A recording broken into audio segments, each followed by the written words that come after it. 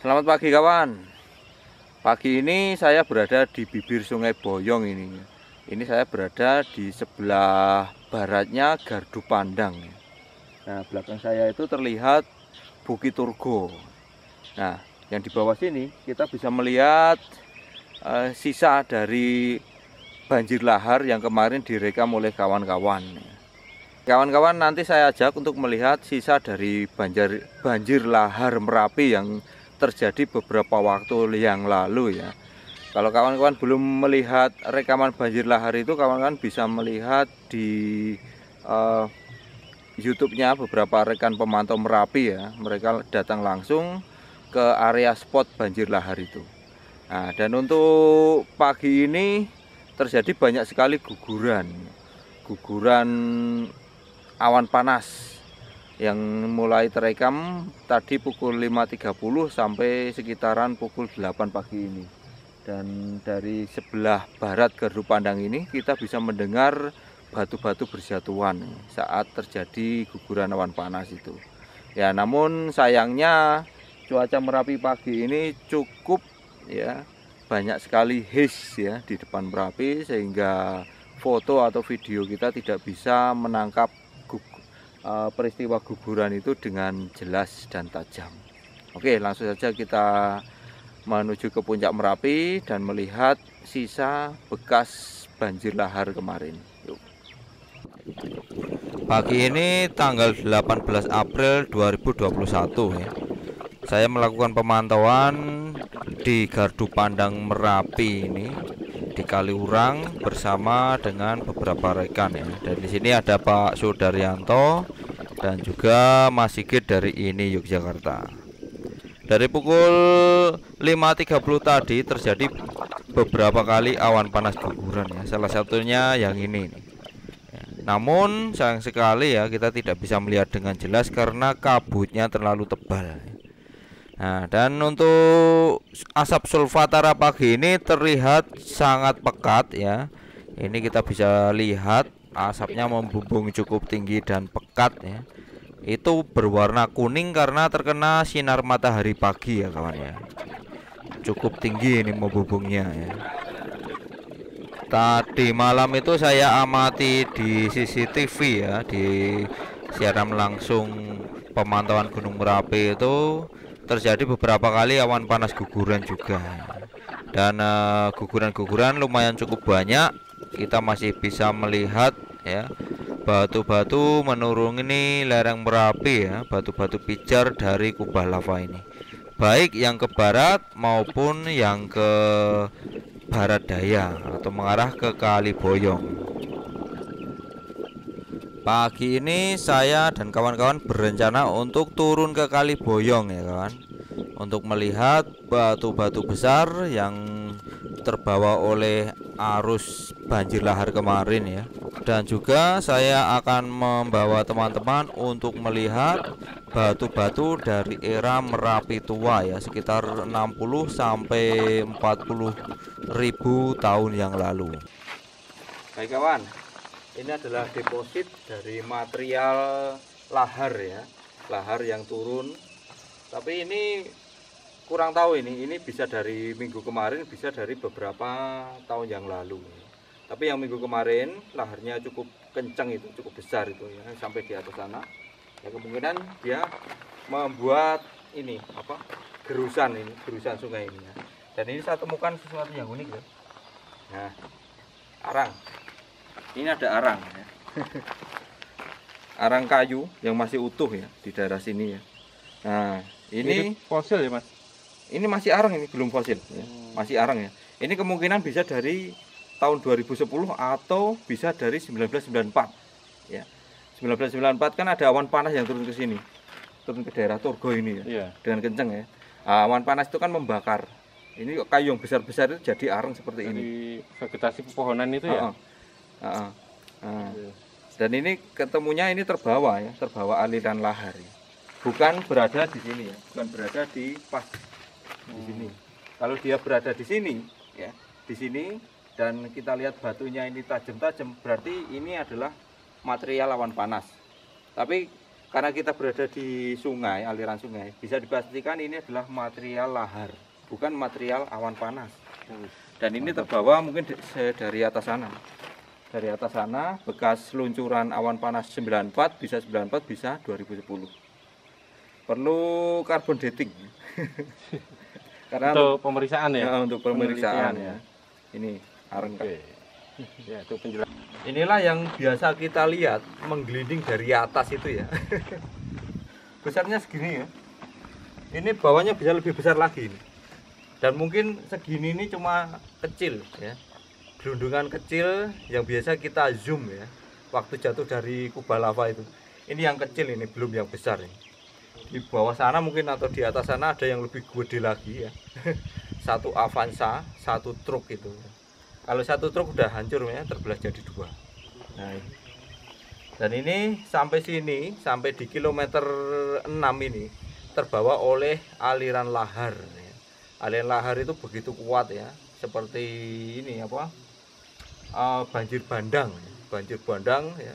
Ya mirip-mirip banjir bandang bercampur lumpur pasir ya, dan mendorong batu-batu besar ini turun ke bawah. Jadi pada aliran lahar itu tidak cuma batu dan pasir, ada juga kayu-kayu ya. Kayu-kayu ini ya tergerus atau tercabut dari lereng-lereng ya. Lereng-lereng yang terkena aliran lahar ya, seperti itu kawan. Nah, ini kemarin, ini adalah banjir hasil dari banjir lahar beberapa waktu yang lalu ya, minggu-minggu ini ya. Nah, itu. Nah, kadang juga pohon kelapa juga ikut nimbrung ya di lahar itu ya, pohon kelapa besar itu. Oke. Nah, ini kita ada Pak Sur ini di atas batu lava ini andesit ya. Batu lava andesit yang cukup keras ya. Nah, inilah yang biasa kita lihat menggelinding dari puncak ya, dari kubah lava turun ke bawah. Nah, ini yang kecil ini. Kalau kita lihat 5 km itu cuma sebesar kacang lah, kecil ya. Kalau kita zoom ya, sebesar kacang itu. Nah, yang dari atas itu kan biasa kita lihat gede-gede itu lebih besar dari ini ya. Lebih besar ya. Dan ini bisa kita lihat ya, ini sudah tertransport ya, sudah halus seperti ini ya. Halus ini kan, ini batu ini sudah tertransport dan menggelinding. Dan kita lihat ini ada akar-akar juga, akar-akar pohon. Berarti ini bukan material baru, bukan material yang bulan-bulan ini jatuh atau turun dari kubah lava itu. Ini mungkin tergerus dari lereng ya Mbak ya? Iya. Dari lereng ya, terbawa oleh ini aliran lahar kemarin. Sini Mas Git. Ya. Nah, ini dia Mas Git. Mas Git, ingat enggak itu? Apa? Kita sering shot batu besar gelinding itu. Ya. Wah, ini besar sekali loh ini. Ya. Oh, yang banyak 3 meter itu. Enggak tahu ini bawahnya. Sebesar mobil, sebesar apa? Mobil itu ya kurang lebih segini ya? Ah, ini lebih dari ini. Ini lebih dari. Ini 2 Innova ini kalau saya lihat ya. Bawahnya aja belum ketahuan ya. Ini sampai sana udah berapa meter ini. Nah, inilah yang biasa kita shoot ya. Kalau malam itu merah ya. Kalau malam merah, kalau siang ya udah, kalau udah mendingin ya, jadi kayak gini ya. Dan ini ya yang membentur di tebing-tebing gunung. Yang membentur dan tidak pecah. Oh, yang tidak pecah, berarti yang padat. Iya, bisa pecah, tapi ini yang membentur dan ini lebih keras ya. Tidak ambiar maksud saya. Yeah. Mungkin pecah jadi 2 ya. Kalau yang ambiar itu dia material mudah ya.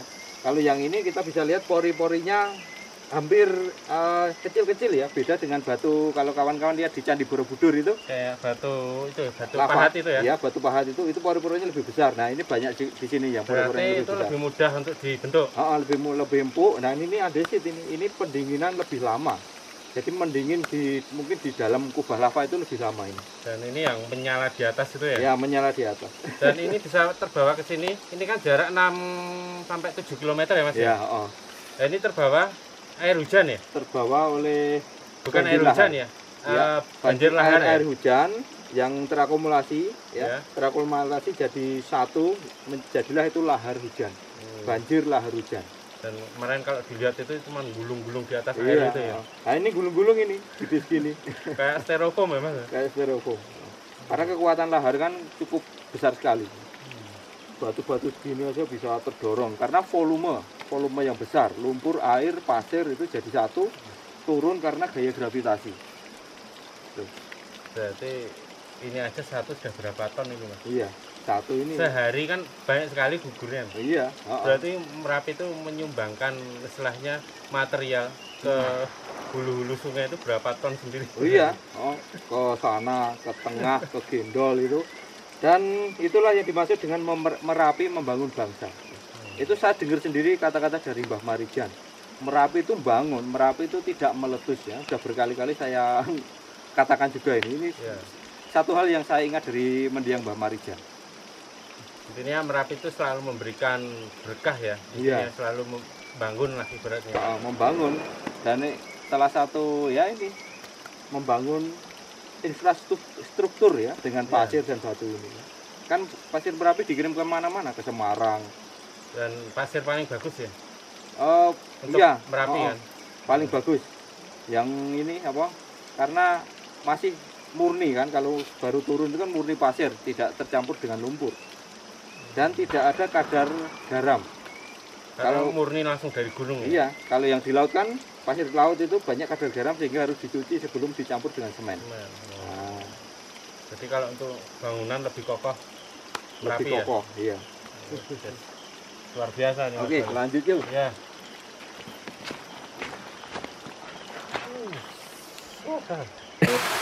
Bagaimana Pak Galih airnya? Seger. Seger ya? Iya. Benar-benar seger ya. Benar-benar seger ya? Jadi rasa capek hilang ya Mas ya? Iya. Masih bersih sekali. Bening sekali ya, jernih ya. Ini adalah air sumber dari Bukit Pelawangan. Bukit Pelawangan ya. Karena Merapi kan masih banyak pohon yang di atas sana sehingga kita masih punya air ini. Jadi untuk kawan-kawan ya, lestarikanlah pohon-pohon yang ada di gunung. Jangan dirusak ya. Jangan dirusak. Selain pohon ada satwa juga ya. Satwa ya. Pohon itu untuk berlindung satwa. Pohon-pohon untuk berlindung satwa, dan tentunya nanti akan memberikan keuntungan bagi kita, yaitu air yang terus mengalir, air pegunungan yang bersih ya dan masih seger seperti ini.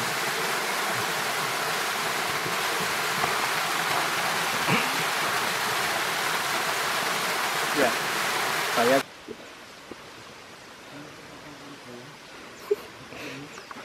Iya, kita sudah sampai di ujung Sungai Boyong dan itu kayak bergaris-garis Mas Galih. Apa itu Mas? Iya, sama ini Pak. Sama. Baik kawan, ini saya dan kawan-kawan sudah sampai di hulu Sungai Boyong. Dan kawan-kawan bisa lihat ini, tebingnya ini. Ya, ini adalah air terjun Sungai Boyong. Ya. Daerah ini cukup tersembunyi loh kawan. Ya. Karena kita berada sekitaran berapa kilo ini Pak Sur ya? Sekitar 6 kilo. 6 kilo. Ya, 6 kilo dari puncak Merapi. Aman. Nah. 6 kilo ya. Dan semua material yang turun ini batu-batu ini, batu-batu, karena bisa lihat ini, batu-batu ini, ya. Nah, batu-batu yang ada di sini yang dekat Pak Daryono itu. Nah, ini semua jatuh dari air terjun ini. Ini kawan. Nah, batu-batu ini dan semua material yang ada di Sungai Boyong itu jatuh dari tebing ini kawan. Nah, muaranya dari situ. Nah, itu langsung ke puncak Merapi ya. Bisa bayangkan kalau saat terjadi hujan deras yang membawa semua material vulkanik ini, kita berada di sini ya. Tentunya kita akan melihat batu-batu besar, pasir ya, banjir yang terus menggelontor dari atas itu. Dan lapisannya cukup tebal ini, yang bagian sini.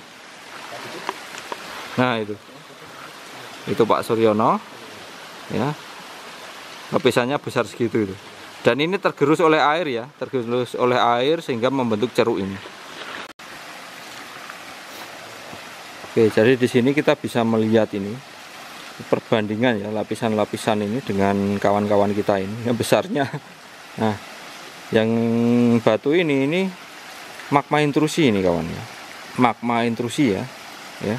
Magma yang mencoba untuk menerobos tubuh gunung ya, melalui celah-celah yang ada di gunung itu ya. Dan yang bawah ini adalah material erupsi, material jatuhan ya. Jadi ini material erupsi. Yang bawah ini ada pasir batu ya, mungkin material piroklastika yang terbawa oleh air, bisa juga itu jatuhan, karena saya belum melihat ini batunya sudah rounded atau belum. Nah, dan ini atasnya juga ini ya. Terus atasnya lava ini, lava yang sudah membeku ini, ada material erupsi lagi. Nah ini artinya begini kawan, artinya bahwa yang material jatuhan ini ada dulu menutup dari bawah sini sampai ke atas sini ya, sampai ke atas sini ya. Dan kemudian setelah bertahun-tahun atau puluhan tahun atau mungkin ribuan tahun, keluarlah magma ini yang ini. Magma ini mencoba menerobos melalui sela-sela ya, sela-sela di tubuh gunung. Dan akhirnya karena tidak menemukan jalan keluar, maka magma ini membeku di sini kawan. Nah ini, makanya disebut batuan intrusi atau batuan beku dalam. Nah ini, kita bisa melihat dengan jelas ini. Dan di sini tuh bahaya sekali ya kawan ya. Saya ingatkan lagi, karena ini adalah hulu ya, hulu Sungai Boyong. Masih atas lagi sebenarnya kan, hulu ini cuma apa ya, jalurnya ya. Kalau pas banjir lahar yang kayak kemarin itu, material-material ini jatuh dari atas ini ya. Ini bisa kalian lihat ini. Wah ini tebelnya segini ya, dan ini sudah tergerus oleh air. Nah itu Pak Sur, batu yang di sampingnya itu melompat itu Pak. Yang melompat dari atas sana. Melompat dari atas ke sini ya. Ya bayang pun kalau ada di sini pas banjir ya. Kita di samping ini di Pelawangan, yang di sini saya ini di Turgo. Iya. Dan di sini untuk penduduk lokal itu menamakan Pondok Slamet. Pondok Slamet. Pondok Slamet. Nah. Ya, biasanya para penduduk itu mengadakan ritual lah di sini untuk memohon kepada Tuhan Yang Maha Esa keselamatan dan kelancaran sumber mata air di sini. Oh gitu. Jadi ada ritual dari penduduk sini ya Pak ya, untuk memohon keselamatan dan supaya air Gunung Merapi tetap terjaga di Pondok Slamet ini. Tapi nggak ada pondoknya ini ya Pak ya, nggak ada pondoknya. Nah, di sini kita juga bisa melihat ini banyak sekali sibakan intrusi magma Merapi ya. Depan saya itu, ini saya kasih lihat nih kawan. Nah atasnya masih banyak. Nah ini adalah sibakan intrusi magma Merapi ya. Yang bawah itu, nah kalian bisa lihat batasnya di sini ya. Di sini itu batasnya ada yang merah, ada yang coklat ya. Nah yang merah itu ini adalah endapan dari lumpur ya, lumpur-lumpur atau abu yang di abu itu dia mempunyai banyak sekali zat besi ya, sehingga terjadilah proses oksidasi, warnanya jadi merah seperti itu kawan. Ini warna karat ya, itu berkarat ya, seperti berkarat ya. Nah di bagian sana juga terlihat, bagian sana. Nah ini kita bisa lihat dengan jelas sekali batasnya di sini ya, magma intrusi dan material-material jatuhan ya, jadi Gunung Merapi ya. Ini dari Merapi purba, ini Merapi tua, sekitar 60 sampai 40 ribu tahun yang lalu.